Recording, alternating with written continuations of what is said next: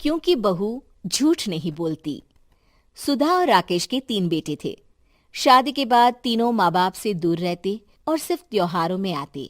माँ जी, पिताजी, अगली बार आप लोग हमारे घर आइएगा। अरे नहीं बहू, सब यहीं आ जाते हैं तो घर खिला खिला लगता है। हाँ बहू, तू हमेशा बुलाती है तो जरूर आएंगे तेरे पास भी। हाँ हाँ, दीदी का घर बड़ा जो है, सब कुछ आपने शादी के बाद दीदी को ही तो दे दिया था। हमें भी दिया होता तो हम भी बड़ा घर लेते। क्यों सुनील? अरे नहीं नहीं, पापा ने सबको एक बराबर ही दिया है। छोटी बहू, क्या चाहिए तुम्हें, बोलो। वो आपके सोने की चेन वाली घड़ी है ना, वो अगर आप मुझे, तभी वहाँ मजली बहू भी आ जाती है। और मुझे ना आपका मंगलसूत्र कितना लंबा, सुंदर और भारी भी है। अरे हाँ हाँ, तुम दोनों को ही दूंगी बहू, चिंता न करो। चलो अब खाना लगाओ, खाना खाया जाए। सभी मिलकर खाना खाते हैं कि पड़ोसन आ जाती है। अरे सुधा बहन, थोड़ी चीनी तो देना, घर में शक्कर नहीं है और मेहमान सर पर बैठे हैं। अरे छोटी बहू, चाची को शक्कर तो दे दो।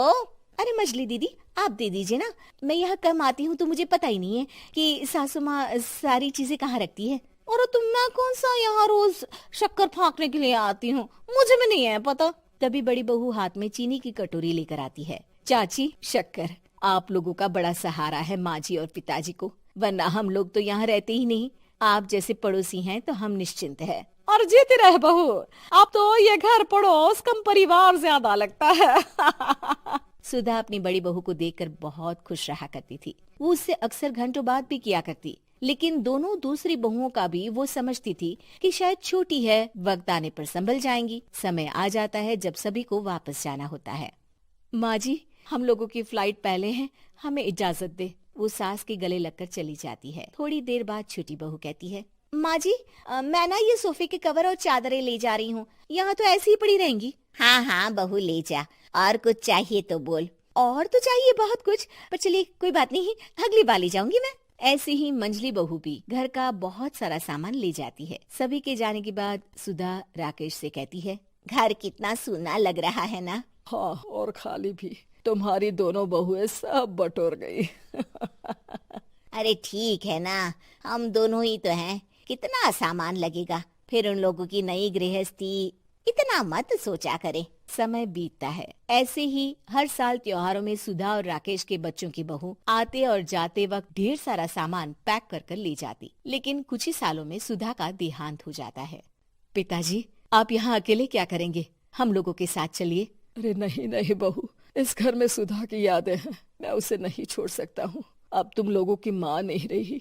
देख लो, वैसे तो मैंने उसके जीते जी सब कुछ दे दिया है, लेकिन कुछ उसका पर्सनल कीमती सामान था जो ये है, ले लो।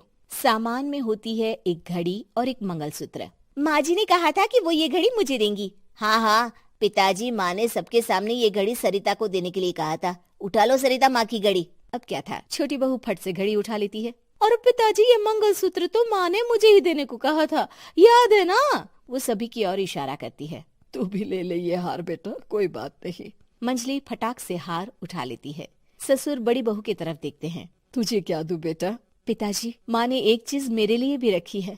सभी के कान खड़े हो जाते हैं कि आखिर सास ने क्या रखा होगा बड़ी के लिए। अरे माँ जी तो दीदी से प्यार भी ज्यादा ही करती थी, हमेशा उनसे बात किया करती। जरूर कोई बड़ी और अपनी प्रिय चीज दी होगी दीदी को। और देख लेते हैं ना, वरना तो हम भी बराबर का बंटवारा करेंगे। हाँ हाँ, कर लेना बंटवारा। लेकिन बड़ी बहू, बताओ तो, सुधा ने क्या रखा है तुम्हारे लिए? अभी तो हम लोग यही हैं पापा जी, जब जाने लगेंगे तो बता दूंगी। बड़ी बहू के मुंह से ये बात सुनकर बाकी 2 बहुएं सोचने लगती हैं कि आखिर क्या है जो दीदी को सासू माँ देकर गई हैं। दीदी, ऐसा तो नहीं ना कि पूरे घर का आधा हिस्सा माँ बड़ी भाभी को देकर गई हो? तभी वहाँ ससुर आ जाते हैं। नहीं नहीं, ऐसा कुछ नहीं है। मकान तो तुम तीनों का बराबर से है। देखो, बड़ी बहू से तुम्हारी सास ज्यादा जुड़ी थी, न जाने क्यों घंटों बात किया करती थी। पता नहीं क्या देकर गई है उसे। और ससुर जी, आपको क्या पता, चालाकी से पूरे घर के पेपर में साइन करवा लिए हो, या फिर कोई छुपा गहना। आखिर मकान पूरा तो आपने सासू माँ के नाम ही कर रखा था ना।